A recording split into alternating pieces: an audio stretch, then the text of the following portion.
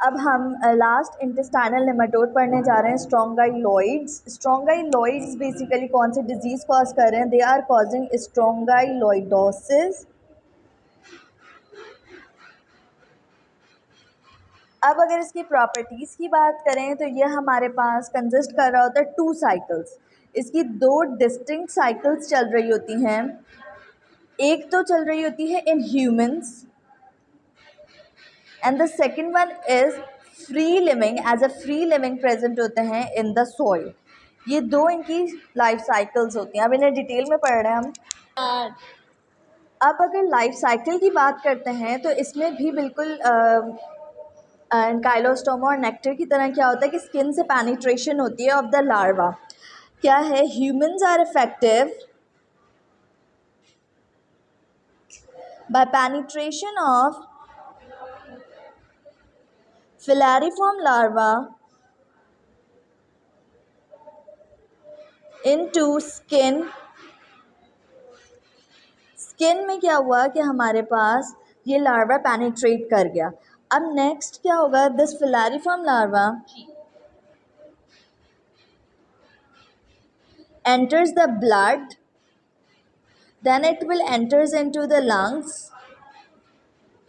alveoli, bronchi, and then is swallowed and reaches to the small intestine.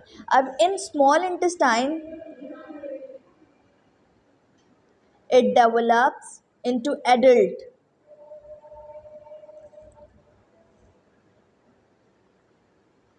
Adult में बन जाएगा। Now this female adult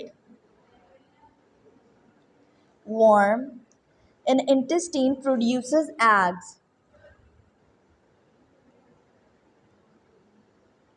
ये जो adult थी इसने क्या किया कि इसने इंटेस्टाइन में एग्स की रिलीज स्टार्ट की। अब ये एग इंटेस्टाइनल म्यूकोजा से डिटैच्ड होकर ल्यूमेन में आते हैं और ल्यूमेन से माइग्रेट करते हुए क्या होता है, ये बन जाते हैं rhabditiform larva, that is the non infectious form, and this will be excreted in the stool. Now क्या हुआ कि दिस प्रोड्यूसेस एग्स। अब ये एग्स हमारे पास कहाँ गए? In the form of rhabditiform larva, that is what? That is non infectious. Last सारी वीडियोज़ में मैं डिटेल से बताती हुई आ रही हूँ कि इन्फेक्शियस और नॉन इन्फेक्शियस क्या है। तो रैबिडिटिफॉर्म लार्वा बना in the intestine and excreted in stools. अब ये स्टूल में पास्ड हो गया। अब यहाँ तक ये जितनी साइकिल थी it was occurring in the humans. ये पूरी साइकिल कहाँ पर हुई है हमारे पास? यहाँ से लेके यहाँ तक ये ह्यूमंस में हुई है। अब यहाँ से स्टार्ट हो रहा है एज फ्री लिविंग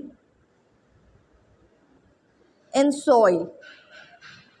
अब सॉइल में क्या हुआ कि this will develop rhabditiform larva again developed into the adult worm।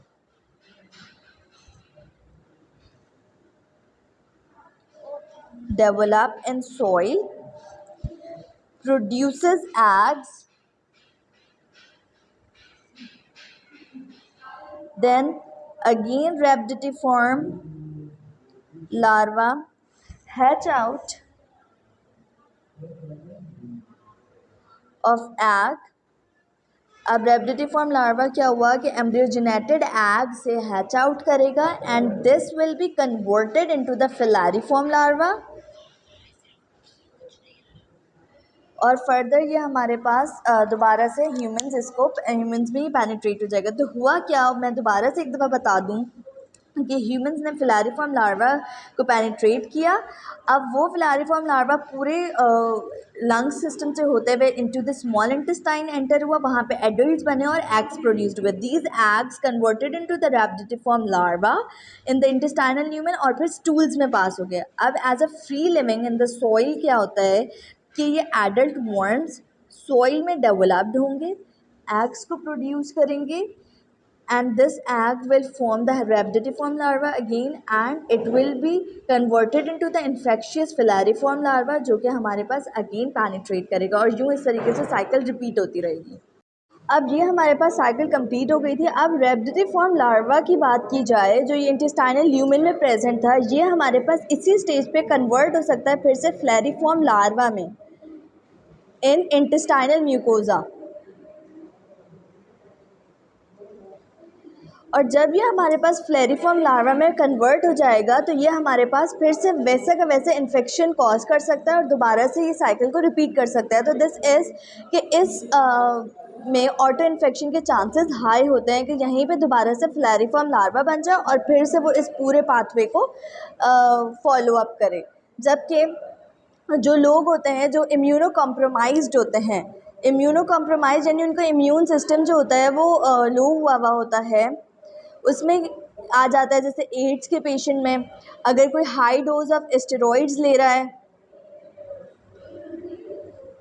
या कोई मैलनरिश्ड है, तो इन सब में क्या होता है कि ऑटो इन्फेक्शन के चांसेस बहुत ज़्यादा होते हैं कि ऑटो इन्फेक्शन कि दोबारा से फिलैरिफॉर्म बन के वो खुद ही को दोबारा से इन्फेक्ट कर दे, और री इन्फेक्शन के चांसेस बहुत ज़्यादा होते हैं, क्योंकि ये जो लार्वा होता है ना, ये फ्लैरिफॉर्म लार्वा, ये यहाँ से किसी और ऑर्गन में जाकर डिपॉजिट हो जाएगा और वहाँ पे क्या करवाएगा, ये फेटल कंडीशन कॉज करवा सकता है। अब बात करते हैं इसकी पैथोजेनेसिस की। अच्छा, अब इसमें क्लिनिकल फाइंडिंग्स क्या मिलेंगी कि एडल्ट फीमेल वॉर्म जो है वो हमारे पास प्रेजेंट है इन स्मॉल इंटेस्टाइन, तो वो कॉज कर रही है इन्फ्लेमेशन एंड वाटरी डायरिया। जबकि हमें पता है लार्वा जो है वो लंग से गुजर रहा था, तो लंग्स में ये कॉज करवा सकता है pneumonitis.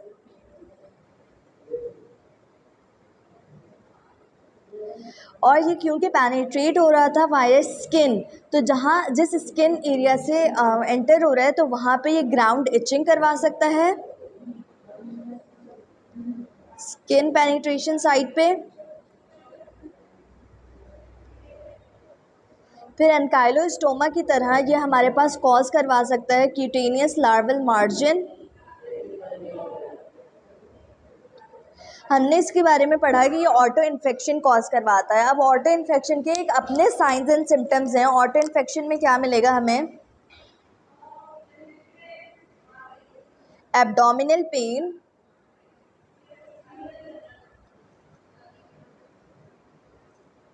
Fluctuating rashes and eosinophilia. और अगर ये हाइपर इन्फेक्शन करवाता है, इसका एक और फीचर ये है कि ये हाइपर इन्फेक्शन केस करवा रहा है, तो ये कॉज करेगा लार्वा टू डैमेज म्यूकोजा। मैंने ये बात बताई थी ना आपको कि रेप्टिफॉर्म जो होता है वो इंटेस्टाइन में फिलारिफॉर्म लार्वा में कन्वर्ट हो जाता है और इंटेस्टाइन म्यूकोजा में चला जाता है। अब वो जो लार्वा म्यूकोजा में गया ये डैमेज करवाएगा म्यूकोजा को, और ये may be further lead to sepsis by E coli, कि एक और इन्फेक्शन भी होने के फिर यहाँ पे चांसेस हो जाते हैं कि सेप्सिस हो जाए बाय इकोलाई। अब हम इसकी लेबोरेटरी फाइंडिंग्स की बात करें तो अच्छा, हमने ये बात बोली थी कि रेपिटेटिफॉर्म लार्वा जो होते हैं वो स्टूल में एक्सक्रीट हो रहे होते हैं, तो लार्वा ही मिलेंगे इन स्टूल। यूजिनोफिलिया मिलेगा, that is a sign of auto infection, और वैसे भी लंग्स में जो न्यूमोनाइटिस करवा रहा है उसकी वजह से भी मिल सकता है। और इसमें ये बाकी किसी और नेमाटोड में नहीं हुआ था। इसमें एक और चीज़ ये है कि एंजाइम इम्यूनो एसे